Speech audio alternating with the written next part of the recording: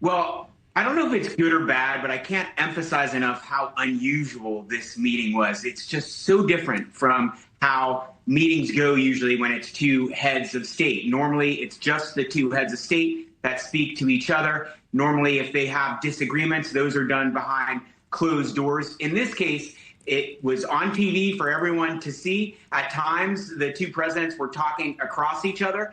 President Trump was calling on people in the crowd, golfers and others, to make comments. But I think President Ramaphosa did a pretty good job of not disrespecting President Trump, not being too argumentative with President Trump, but pushing back on the assertion that there is a genocide. And he clearly brought with him some aides and supporters and people from his government to help him make that case. At one point, he even called on the head of the Afrikaner Party, who was there and who is the Minister of Agriculture in the president's cabinet.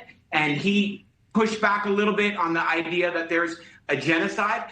One of the things that seems to be part of the misunderstanding here is South Africa has a very high crime rate. It's out of control.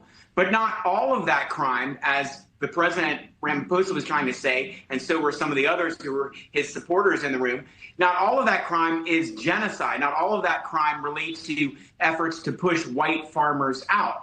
And President Trump seems insistent on his viewpoint that there is a genocide, that Afrikaners are being persecuted against. He wasn't armed with statistics on that. If you look at the statistics, it's actually quite low, the number of people who have been killed. Any deaths, obviously, are wrong and tragic and need to be corrected. But the number of deaths on farms from people being pushed out of farms is minuscule compared to the very high number of deaths that comes from just common crime. And as the president pointed out, many of the victims of those crimes are actually the blacks inside South Africa. So I think actually the president and South Africa probably made progress with President Trump because they were able to make their case to him. But it was such an unusual and unorthodox way to do it, with people being called on in the room and people talking across each other.